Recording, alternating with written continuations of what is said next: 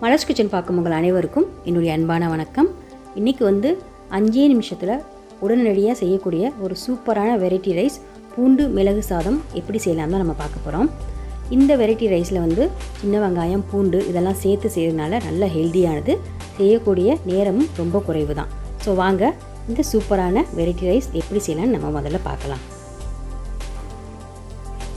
கடாயில் ஒரு 2 table spoon அளவுக்கு எண்ணெய் ஊற்றி நல்லா சூடு பண்ணிடலாம். எண்ணெய் சூடான பின்னாடி இதில் 1/2 டீஸ்பூன் கடுகு, 1 டீஸ்பூன் உளுந்தம்பருப்பு, 1 டீஸ்பூன் கடலைப்பருப்பு, இது கூடவே ஒரு வரமிளகாவை 2 கிள்ளி சேர்க்குறேன். அப்புறம் கொஞ்சம் கருவேப்பிலை இலைகள் சேர்த்துட்டு எல்லாத்தையும் எண்ணெயிலே வறுத்து விட்டுக்கலாம். கடலைப்பருப்பு உளுந்தம்பருப்பு இது ரெண்டுமே லைட்டாக கலர் மாறி பொன்னிறமாக வர்ற வரைக்கும் எண்ணெயில் வறுத்த பின்னாடி இதில் சின்ன பல் பூண்டு ஒரு 20 பல் பூண்டு சேர்க்குறேன். சேர்த்து பூண்டையும் நல்லா வதக்கி விட்டுக்குவோம். எண்ணெயில் இது கலர் மாறி வதங்கட்டும். வதங்கின பின்னாடி சின்ன வெங்காயம் 10 சின்ன வெங்காயம் எடுத்து பொடி பொடியாக கட் பண்ணி இதில் சேர்க்குறேன். இது கூடவே கொஞ்சமாக உப்பு சேர்த்து சின்ன வெங்காயத்தை நல்லா பொன்னிறமாக வர்ற வரைக்கும் வதக்கி விட்டுக்கலாம்.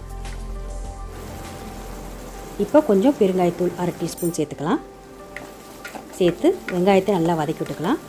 இந்த சாதத்துக்கு சின்ன வெங்காயம் சேர்த்திங்கன்னா ரொம்ப நல்லாயிருக்கும். சின்ன வெங்காயத்துக்கு பதிலாக பெரிய வெங்காயம் சேர்த்துக்கலாம். இப்போ வெங்காயம் பூண்டு எல்லாமே நல்லா வதங்கிடுச்சு. இந்த ஸ்டேஜில் சாதத்தை சேர்த்துக்கலாம். நான் 1/2 கப் அளவுக்கு சாதம் சேர்த்துருக்கேன்.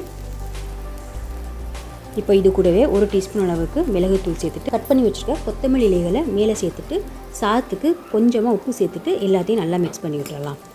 நான் தினமும் யூஸ் பண்ணுற சாப்பாட்டு அரிசி தான் இந்த சாதத்துக்கு சேர்த்துருக்கேன். சாப்பாட்டு அரிசிக்கு பதிலாக பாஸ்மதி அரிசியும் சேர்த்துக்கலாம். இந்த வெரைட்டி ரைஸ் ரொம்ப நல்லாயிருக்கும். எல்லாத்தையும் இப்போ நல்லா மிக்ஸ் பண்ணி விட்டுறலாம்.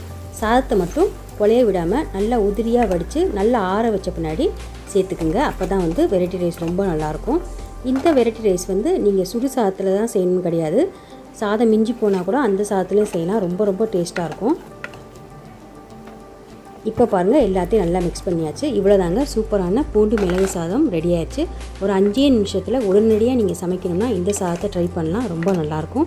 லஞ்ச் பாக்ஸ்க்கெலாம் செஞ்சு கொடுத்தோம்லாம் ரொம்ப சூப்பராக இருக்கும். இந்த பூண்டு மிளகு சாதத்தில் நம்ம தக்காளி மற்ற எந்த பொருட்களுமே சேர்க்க வேணாம். செய்யக்கூடிய நேரமும் மிச்சம், அதே சமயம் நல்ல ஹெல்த்தியானது கூட.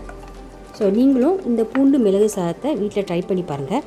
எப்படி இருந்ததுன்னு மறந்துடாமல் கமெண்ட்ஸில் சொல்லுங்கள். ஸோ சூப்பராக 5 நிமிஷத்தில் உடனடியாக செய்யக்கூடிய பூண்டு மிளகு சாதம் எப்படி செஞ்சுருப்பேன்னு பார்த்துருப்பீங்க. இந்த வீடியோ உங்களுக்கு பிடிச்சிருந்துச்சுன்னா வீடியோ கீழே லைக் பண்ணுங்கள், ஷேர் பண்ணுங்கள்.